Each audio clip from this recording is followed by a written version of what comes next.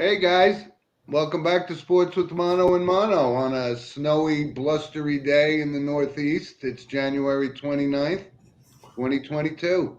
Welcome back, everybody. I'm just looking to my right outside the window here in New Jersey, and yes, it is coming down. It sure is. Feels like Buffalo. How apropos. We Yeah, after the big game last week, and we're gonna get to that in a little bit. Steve, everything all right over on your end? everything is all right. I went back to work for my day job this past week, so things sense of normalcy. Good. But last weekend's playoff games, which, like you said, we'll touch on, were pretty good, especially one game in particular. Wow, there was some really great games. It really was. Good weekend for Roger Goodell and his NFL cronies. So Yeah, let's start with our monologue, and I believe that's me this week. it is. So I know we're going to get to football, but I just wanted to discuss the Baseball Hall of Fame election. And um, listen, I know the topic is the Bonds and the Clemens and the steroids thing, and but you know what? David Ortiz was the only one elected to the Hall of Fame. And let me first start out by saying I don't have a problem with David Ortiz making the Hall of Fame.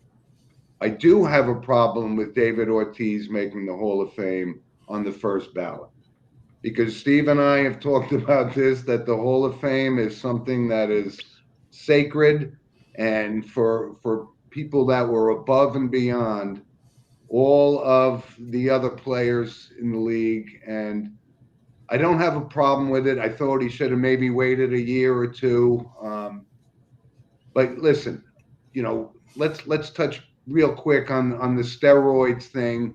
So I did a little research and looked it up. And listen, Barry Bonds had numbers. First of all, I think we have to say that 2003 was kind of like that. That was the beginning of the steroid era. But Bonds and Manny Ramirez and these guys had great numbers.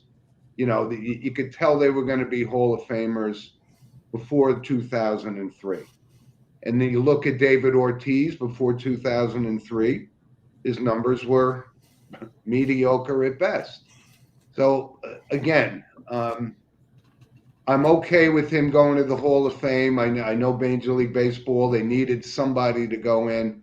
It's just, I just keep thinking about um, putting him in the same vein as a Babe Ruth, a Lou Gehrig, a Ted Williams. That's what I assimilate the Hall of Fame with, and I just I can't budge from that. I don't have a problem with Bonds getting in because he was going to get in anyway. Guys like Rafael Palmeiro, you could say, well, wait a minute, look at his numbers before and look at his numbers after. That you have to question. And again, congratulations to David Ortiz because I like him. And as a clutch hitter, he was unbelievable, no question. But to put him in the same vein as a Ruth and a Gehrig, I just don't see it on the first ballot. And you know, call me a stickler, but that's my feelings. And Steve, give me your thoughts on it. Yeah, I mean, as far as first ballot, I agree. I don't think he's worthy of first ballot. He did hit 500 home runs. He did. Um, Again, and I hate to bring Mike Piazza's name up to this, but David Ortiz and Mike Piazza are kind of in the same club where the suspicion was there and it was ultimately never proven that they did or didn't. Yeah. Big Poppy, or as I refer to him as Big Sloppy.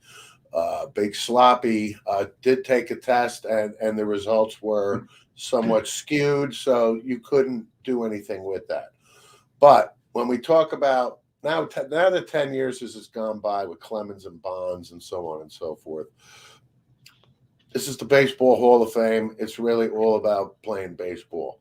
And as we know, there's people in the Baseball Hall of Fame that are not the best of human beings. Ty Cobb being probably the biggest racist of all time in the Hall of Fame. You No have doubt. Gaylord Perry in the Hall of Fame, Yep. who you know Gaylord Perry is kind of looked at as, oh, Gaylord, oh, that Gaylord with the spitball. You know what? Gaylord Perry cheated. Okay, he cheated. Back to Bonds. Back to Bonds. I hate Barry Bonds. I think Barry Bonds is probably the biggest asshole in all the sports I've ever encountered. But when you look at his numbers, like you said, before his head swelled, and we all know he was taking steroids, there's a comparison of him and Willie Mays at age 33. Willie Mays is his uncle. And Barry Bonds' numbers were so ridiculous at that point, but they were legit. And the moral dilemma I have at Bonds is he was going to go into the Hall of Fame anyway. These guys are going to get in. In December, they're doing this Veterans Committee thing again. So I'm pretty confident that Bonds and Clemens will be voted in by the players. No question about it. They absolutely will. But when you look at, you compare like a Manny Ramirez's numbers prior to 2003 were Hall of Fame caliber numbers. And, you're right. I don't know if he was ever actually, quote unquote, convicted in public opinion of doing steroids, but his numbers are undeniable. I can't speak to Manny Ramirez because he was such a anomaly, a free spirit, just a weird individual. Right, but his numbers were undeniable. Yeah, but man, could he hit the baseball? There's no question.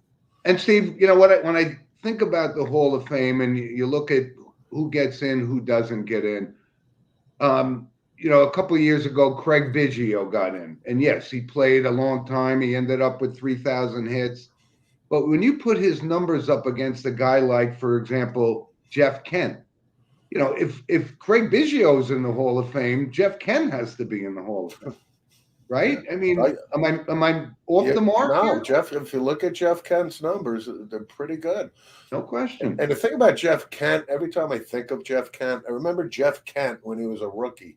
And I remember Jeff Kent struggling for 3-4 years, right? And he was just a mediocre player. And then Jeff Kent, took off like a rocket, and he had some crazy years. But Jeff Kent, if you look at his numbers as a second baseman, Hall of Fame. Yep. So it's crazy. So the Hall of Fame is a topic that, like I said, we could go on and on and on. And I talked to one of my Boston Red Sox fans, Jeff Bolliger from Connecticut, and yes, Big Papi, he does have 3 World Series rings, which obviously comes into play. And I didn't deny that he was as clutch as it can get. And as Yankee fans, we saw this time and time again. He murdered us. I mean, you can't deny the Red Sox don't win 3 World Championships without David Ortiz. I totally agree with that. I have to be objective there. And then real quick, so we can move on, Curt Schilling doesn't get in. And the reason Curt Schilling is not getting in is because he's a blowhard, opinionated guy. But again, I mean, the voters need to separate what these guys did on the baseball field as opposed to being a blowhard like Curt Schilling. Curt Schilling, I think it deserves to be in the Hall of Fame. More than so Andy Pettitte deserves. More based on his postseason, and again, Andy Pettitte's postseason was lights out. Yep. All right. Anyway, so we could beat this to death, but congratulations to Big Papi for going to Cooperstown. That's all. I'm not watching his induction ceremony. All right, and I'm not doing it. Our monologue segment is sponsored by Coriano Trucking of Summerhill, New York, and week after week they support our show, and we thank them very much. And whatever it is, wherever it's going, and when it needs to get there, they're the company to deal with. You bet. Thank you, Guy. All right, Steve. So let's move on to the National Football League, because there was some great games last week, and you and I talked about it. The lineup, it was, the Mahomes and the Bradys and the Rodgers and so forth. And we always said, there's one guy out there that's not in that class, and can he get over the hurdle? And it was Ryan Tannehill, and he kind of had a terrible day. On paper, you looked as though, Tennessee was the team to beat, especially with Henry coming back. going up against Joe Burrow, but Joe Burrow showed he is one of the premier, the new wave of top quarterbacks in the league. Yeah, I mean, I got the game wrong. Tennessee. I said last week I like Tennessee. They were home. They're rested. I missed it too. But Ryan Tannehill. Let's not forget Ryan Tannehill was a wide receiver in college at Texas A&M. The guy's had a nice career. Yeah. Nobody can beat him out, right? He's probably been a starting quarterback for 10 years now. But they're not going to do anything with Ryan Tannehill at quarterback. The Bengals, again, they showed up. Burrow to chase is really That's a something team special. on the rise. No doubt. And the Bengals deserve to win that game. Tennessee had multiple opportunities to come back and win that game, but they didn't. So, kudos to Joe Burrow and the Bengals. But I don't know how long Ryan Tannehill. I got to see it. Vrabel has got to be looking for a new quarterback. You would think. And again, listen, for full disclosure, I missed them all. I was 0-4 last week. And listen, you're the point spread guy. I'm not the point spread guy. But Aaron Rodgers, both you and I thought for sure that they were going to come out of Green Bay and be playing tomorrow, and they're not. And where does the criticism go? Does it go on Aaron Rodgers himself? Does it go on the guys that surround him? I mean, they lost the game on basically special teams with a blocked punt and blocked field goal. So what are your thoughts on Aaron's last year in Green Bay? Well, first of all, lesson learned again.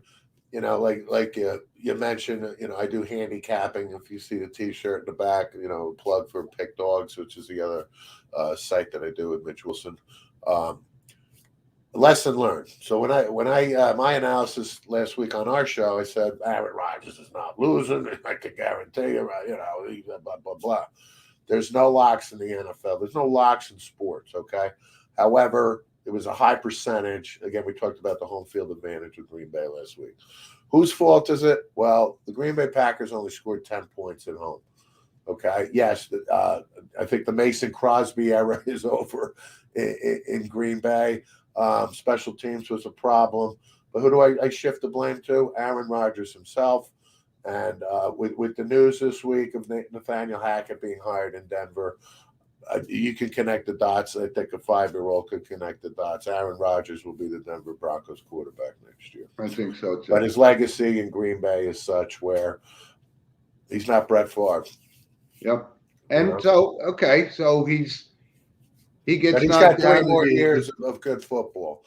And if Denver, Denver's got a good nucleus here. So, Denver could absolutely make noise. But Aaron Rodgers is definitely going to Denver, in my opinion. And so then the other, let's move on real quick to the Rams and the Bucks, and it was a great game. And listen, Tom Brady, nothing else needs to be said. I couldn't be happier for Matt Stafford, but they almost blew that game. Wow. This wasn't considered. Wow, look, Tom Brady was down by 23 points and he came back to win. They fumbled. They shot themselves in the foot and barely got out alive. But it's possible that we've seen the beginning of a new era, and Matt Stafford finally getting the credit that he's due. And we know all about the Rams and why they made that move. That was the one piece Sean McVay thought they needed, and they got it. And I'm happy as hell for him to move on. And it could be the end of the Tom Brady era. We don't know, but that was still a great football game. It was exciting, but the Rams are moving on. Just like we kind of in the back of our mind said, we love Sean McVay as a coach, and he said we're this close, and it's Matthew Stafford, and I'm happy for him. Yeah, Matt Stafford still has work to do. I think they got to win today, and they have a good shot of winning the Super Bowl. But that game, the Rams came out, and we had talked about it. What's the formula to stop Tom Brady or slow him down? Is get in his face up the middle. Aaron Donald, you saw that, did that. Great The play. Rams went up 27-3. I'll give Al Michaels credit because I don't know, it was the second quarter or something, late second quarter. But Al Michaels just said, what Tom Brady should do right now is gather his teammates around and tell them a little story. Hey guys, there was one time I was down 28-3 in the Super Bowl, and at the time it was 27-3. But then you're watching the Rams start to implode a bit, and Brady comes back. It's a great game. I think Tom Brady's going to retire after, since a week has gone by. His kids are 14, 12, 11, 9, something like that. Yeah. I think it's time. He has nothing to prove. There's nothing really. And he's not the rocking chair type of, the Beatles last tour type of thing. I see him riding into the sunset. I think it's time. And if it is, we just saw the greatest quarterback we've ever seen play. Yep.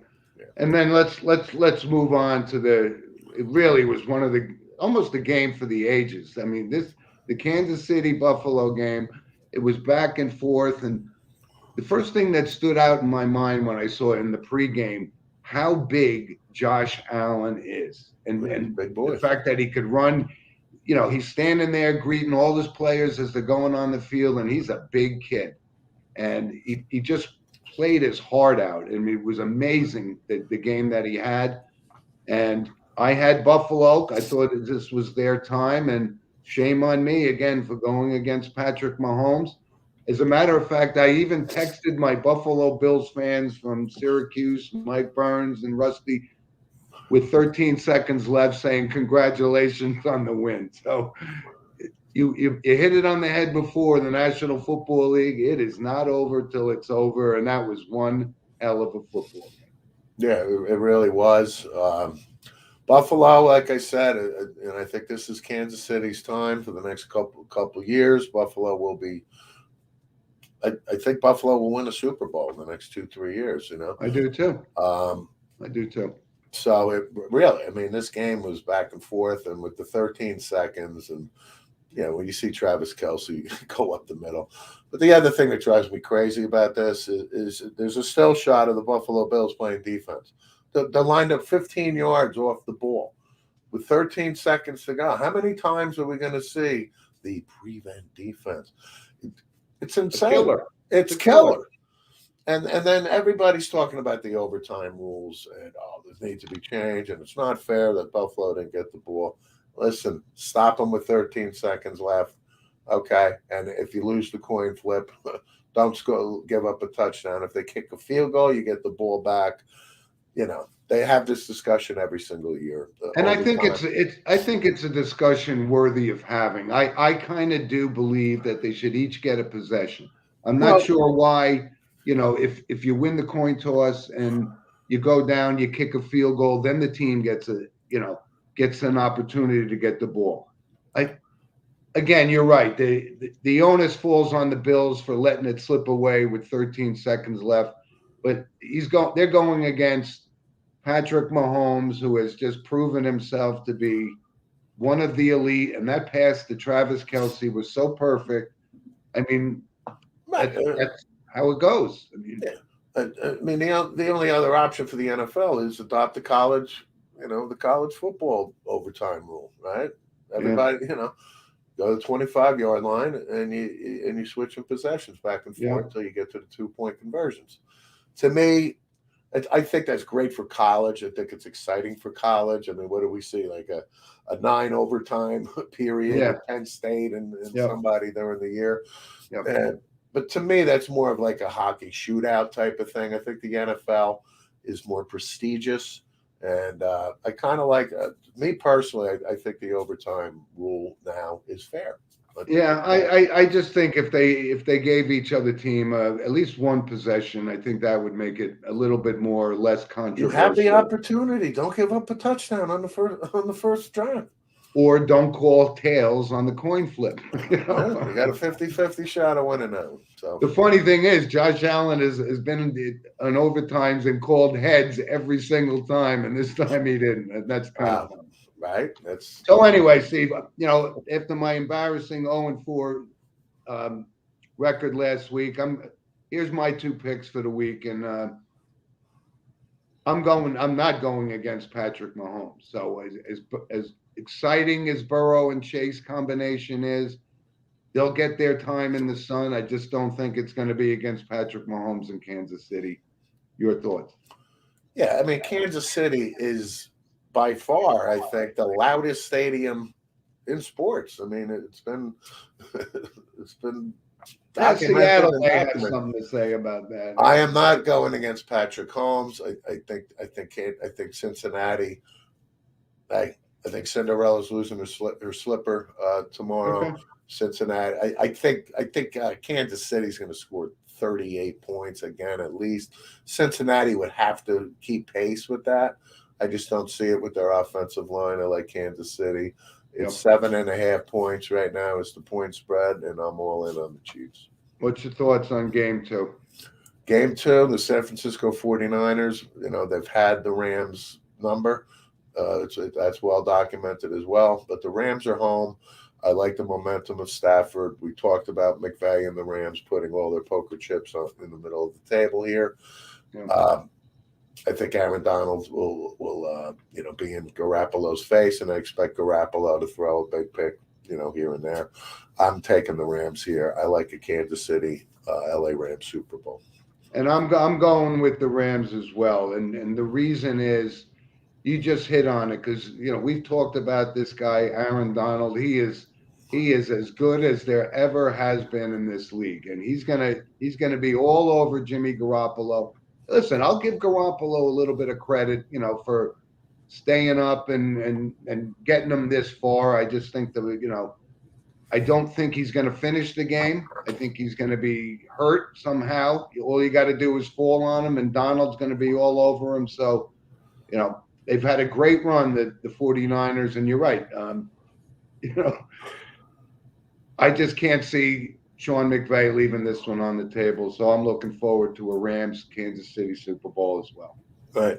One thing about Aaron Donald, to be fair, Aaron Donald is he's kind of like becoming a thug. He's had these choking incidents with a couple linemen in the last. I'm just saying, he's been fined. I'm just saying he's got some Ndamukong Suh anger issues. Wow. I think he needs to rein it in a bit. And as you know, everybody that knows me knows I'm a huge Aaron Donald fan. Me too. But to be fair, he's got to rein this in because he's on notice. And if he pulls this stunt tomorrow in the NFC Championship game, he gets a 15-yard penalty where it could impact the game. I'm just saying. All right. That's an interesting point, and I hope he doesn't go because that's part of the reason I'm such a huge fan of his because I thought he's handled himself with dignity all along, and there've been a couple incidents. I just hope he doesn't go down that road and cement his legacy. And but yeah, he's going to be a factor in this game, no question about it. Yeah, as is Von Miller, and I hate to say Odell Beckham because everybody knows I'm not the biggest fan of Odell Beckham, but I see Odell Beckham being a different I see Odell Beckham tomorrow contributing to the Rams' victory. Not any more than Cooper Kupp. He is Stafford's go-to. No, my point is, I think San Francisco's defensive game plan is Cooper Kupp is not catching the ball. So whether they got to guard him with 2 or 3 guys, that means Odell Beckham. That means the other wide receivers, and that means that Matt Stafford has to be conscious enough not to force it to Kupp and spread the wealth around. So okay. Well, listen, our NFL discussion is sponsored by Lynch Toyota of Manchester, Connecticut, and like I said, they've been a loyal supporter of our show. And you want a Toyota, that's where you go to get one. So thanks to them. Our producer Rob, who do you like for the Super Bowls? I will take KC versus LA. I want to see the LA defense against KC. Yeah. Okay. Yeah. And by the way, before I was trying to mention during the Buffalo KC discussion, 2 words, guys: squib kick. That's true. I don't know. I think if that goes wrong, they get the ball in even better position. I don't know about that. I think it's very easy to second guess the kick, right? You kick it in. Why'd they kick it into the end zone? And then you have the squib kick to the point where, yeah, the guy can pick it up on the 25-yard line. If it bounces right, the guy could be at the 40-yard line before you blink. So, pick your poison, really, And again, it gets back to, I don't care where they get the ball. Your job is to keep them out of the end zone if you want the ball back. Beautiful. Okay. Well, listen, thanks for your pick, Rob. It seems like our show is. I think the three of us in our agreement, Kansas City and the LA Rams, who will be playing in 2 weeks. Yep.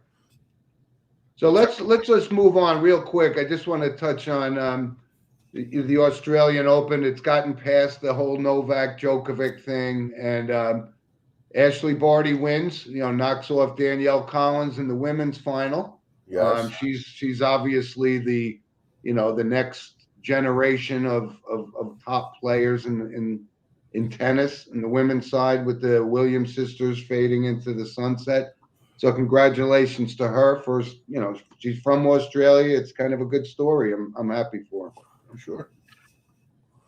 On the men's side, listen, you couldn't ask for anything better with Rafael Nadal getting an opportunity to win his 21st major. Steve and I, we've been Rafi fans for years and years and years. And we know that the end is in sight. But you know what? This was the time, that Djokovic got pushed out and Nadal capitalized. And again, on the men's side, we talk about this kid Medvedev. He's kind of a hot-headed, McEnroe wannabe, but he is the next wave of Nadal, Federer, Djokovic kind of thing. So that's going to be a great match. So if you're an insomniac, I think it's 3:30 in the morning tonight. But I couldn't be pulling for Rafael any more than I am. Right. I think Rafi has one Australian Open title. He does. He's 1-4. Right. And he's and again, he's 1-4. He's shooting for his 21st major. Right. People can question this, because the Joker wasn't there. Well, Roger wasn't there. And Roger wasn't there. But that it is what it is. Yeah. He's got his hands full with Medvedev. There's no question. He does. This is not a slam dunk, no doubt about it. Our loyal listener Mike Garvey is our tennis guy down in Florida. I would imagine Mike thinks this is probably going to be a five-set thriller. I kind of hope so, though. Yeah, you sure do. Medvedev's the reigning U.S. Open champ, so this is kind of it matches up. It's a good marquee moment for tennis. Right, and Nadal, he had to pull out, of the tournaments late last year because of injury, and he's been healing, and it'd be nice for him to win. But yeah, we couldn't be pulling more for Rafael Nadal to win this. And Rafael, you're right. He's been dealing with some injuries, so he's kind of backed off, and he knows the end is in sight. And he made sure he was damn healthy for this. And you know what? To even pick it, I'm rooting for it, but I don't even know. This is literally flip a coin who could win this one. This guy Medvedev, he's a formidable opponent for him. I'm not going to be. I'm going to root for Nadal, but I think Medvedev will ultimately win this. And I'm gonna actually, like I said, I think it could go either way, but I'm going to pull. I think I'm going to take Rafael Nadal. This is maybe his swan song.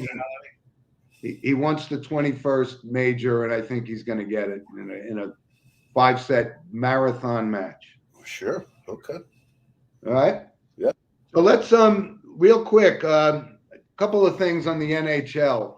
As like I said, we're getting close to the All-Star game, but how about this guy Kreider leading the league? How about Kreider leading the league in goals? Got his 31st goal last night. And again, when I talked to my Ranger brethren, Chris Kreider, I think this is probably his 10th year in the league. John Tortorella was the head coach of the Rangers when Kreider first got called up. Kreider played at Boston College, and Kreider, big expectations were of Chris Kreider. And I've gotten frustrated year 4, year 5, year 6, year 7, to the point where during the Rangers rebuild, I didn't have a problem if we could trade Kreider and get some assets.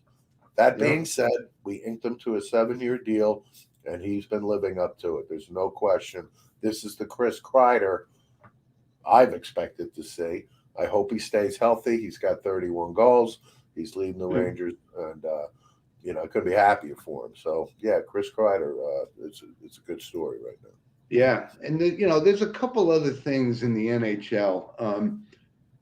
Obviously we got to give a shout out to this guy, and he's not a great. He's been on a lot of different teams. Keith Yandel. Yandel, ex-Ranger. What about Keith Yandel? It's on the Flyers. Well, he's now he breaks Doug Jarvis's record as the Iron Man of the NHL. 900 and some odd games. I'll give. But he's been on a lot of different teams. But listen, right behind him is Phil Kessel. I think Kessel plays for the Coyotes now. He's only 20 games behind, so he'll end up breaking that record. But listen, that's kind of a good mark. I mean, 964 games in a sport that's brutal on the surface, and so I equate that to Cal. I equate it to Cal Ripken breaking Lou Gehrig, right? To your point, 900. Games in the NHL of just brutality versus, hot summer days and a July night and playing 2,000 plus games consecutively. I can do a little apples to apples there. And there's one other thing I wanted to bring up in the NHL, and it was, like I said, the sport itself is brutal enough. So I think Steve and I are on the same page that we don't like cheap shots. Play the game as tough as you can. But there was this instance, and it's not the first instance with this guy Dell from the Buffalo Sabres, is a goalie. The guy's bearing down on him. And listen, the rule is in the NHL, you don't touch the goal. But when the goalie slams this guy, it was a brutal thing. And you know what? He's lucky. The guy did get hurt. I think his name was Basterson or something, but he did get hurt. But that could have been a career ender. And it's not the first episode with this guy. And I think he got off easy with a 3-game suspension. If you look at the video, he clearly just like blindsided this guy into the boards. And you know what? I think I love hockey. I love the toughness of hockey. We talked about Clark Gillies and how forceful he was, in taking charge and back in the fighting days. But, fighting's kind of gone away. But when you see blatant things like that, and you've seen the highlight, right? Yeah. I mean, right. Clearly, just no need for that in the game. I'm sorry.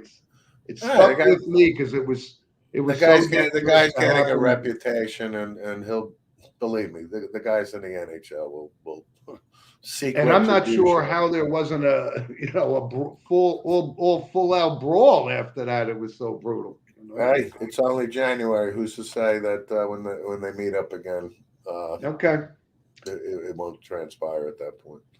All right. Listen, there's other sports. Obviously, this is football weekend, and we'll get back to the NBA and all that kind of stuff next week. So let's just move on to our random points of interest, Steve. A couple of things came out.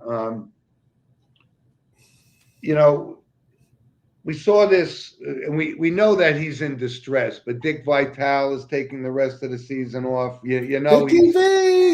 He's in trouble. He's taking time off, vocal cord surgery. It's even more than that. I know. He's got cancer. He's 82. I mean. But you want to talk about the voice and face of college basketball for 40 years. Dickie V is one of sports with monos all time. Just Jersey guy. Right. A genuine guy. Right? Yep. You couldn't have a better ambassador for college basketball. Yep. So but there was also in college women's basketball, this Akoya Lee from Kansas State breaks the record for most points in a game and scored 61 points. in a women's college basketball game, and that's noteworthy. That's pretty special. Yeah. And when you think of Congratulations. all of the women that the Yukon Huskies have had, and they didn't have somebody that even approached 60 points in a game, I think it was noteworthy. Yep. I think I don't know if we talked about it, but the University of Hawaii, they had this Todd Graham, who was kind of a D-bag kind of thing. They got rid of him, and June Jones steps up and says, I'll take the job again. Right. And I don't know what Hawaii said, but he said what they offered him, nobody would take the job. Right. But And he's right. 2 Yeah. 2 years, and you're going to tell me who I can and can't hire as my assistant coaches? Yeah. No, Especially after being the head coach at Hawaii and doing a really good job there. He did. Right. And again, like you said, this guy, Todd Graham, I think he was at Arizona State at one point. He's moved around, and he's mistreating the players and so on and so forth. Yeah. But what's Hawaii thinking? So I'm with June Jones on that, and ultimately they settle on Tim Chang from 2005. Tim Chang He put up unbelievable numbers. Right. Tim Chang threw for 17,000 yards. He's in the NCAA. He's number 2 behind Case Keenum for most yards for a Division I quarterback. Yep. Timmy Chang has been kind of like an offensive coordinator, moving around, no head coaching experience.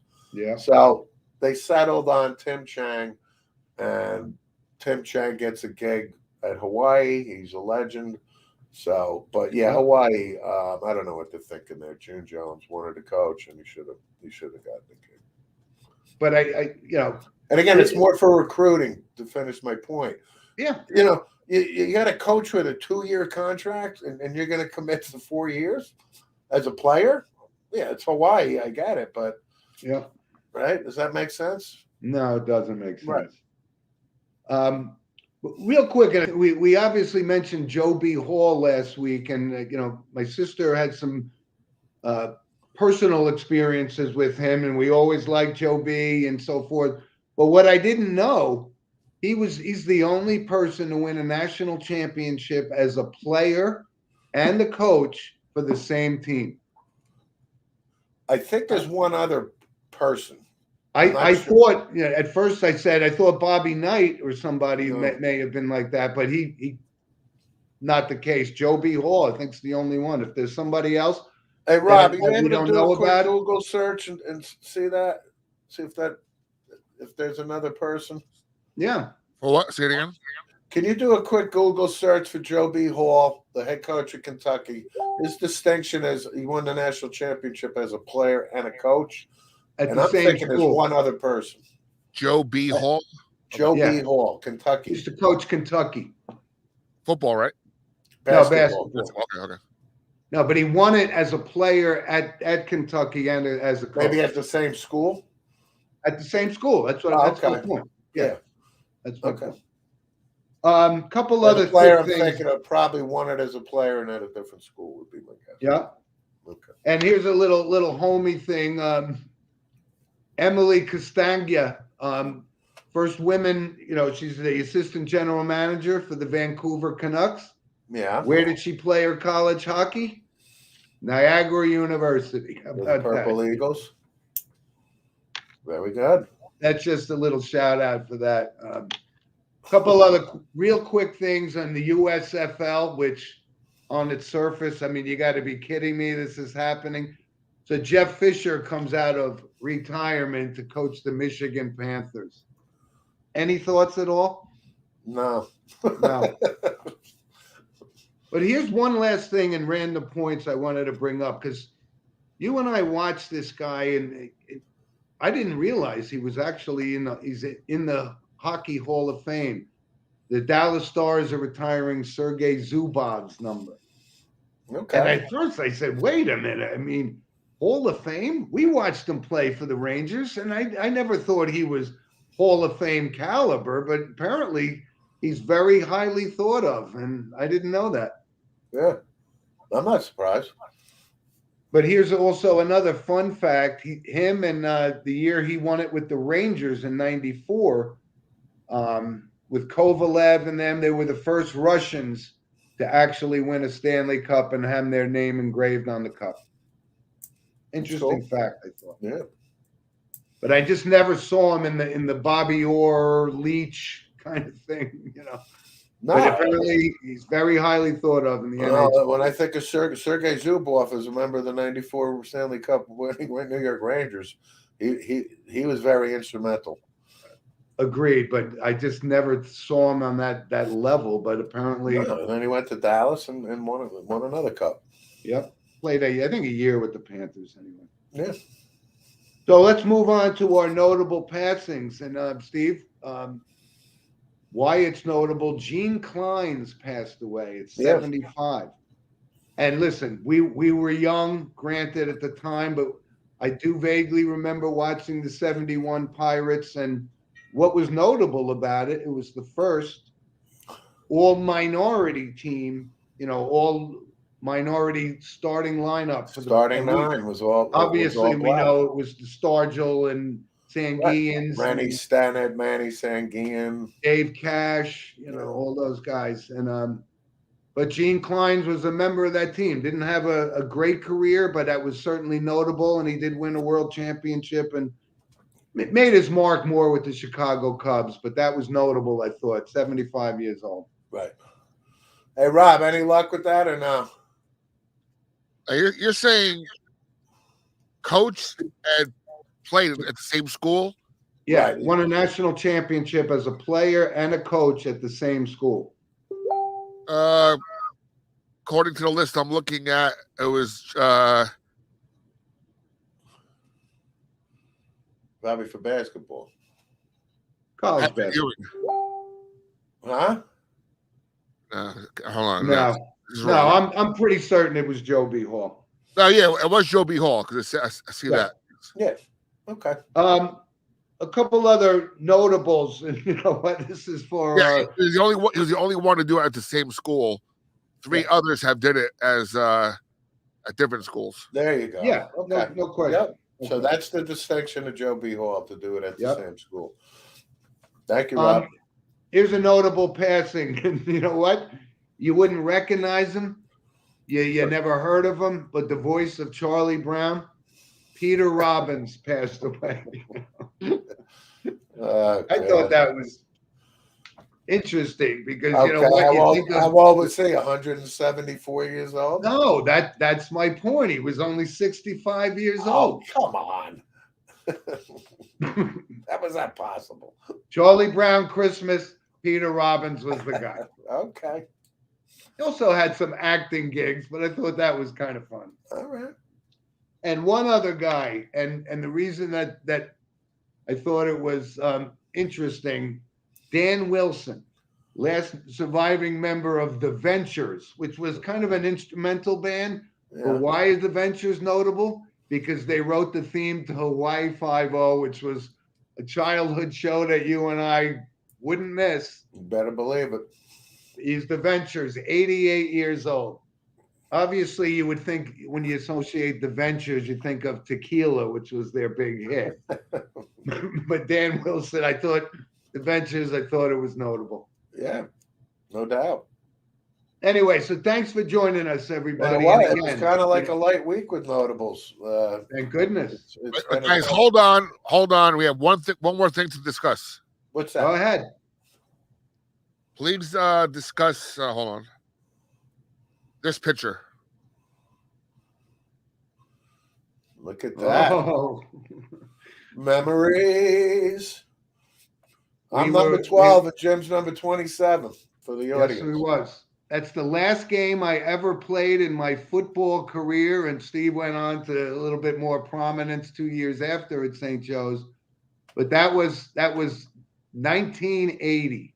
It was Thanksgiving Day, 1980. Thanksgiving Day. We played Paramus Catholic and won 7-6.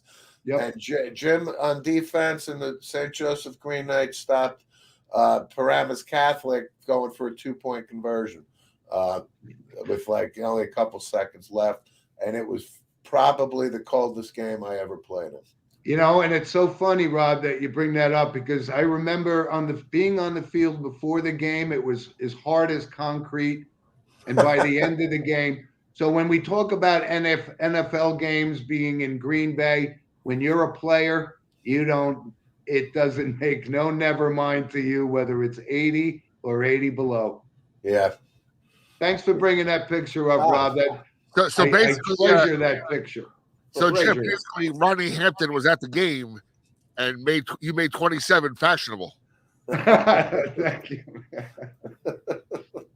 An unusual number for a linebacker, but that was my Yeah, how number did indeed. 27 come about? I wore number 12. Everybody knows why. Look at behind me.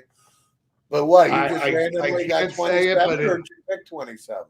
I don't know. I think maybe it was the only number available when I first went to St. Joe's, but Okay.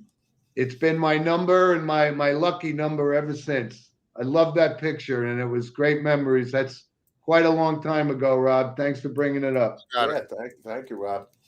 All right, guys. So, like I said, send us an email at sportswithmano@gmail.com.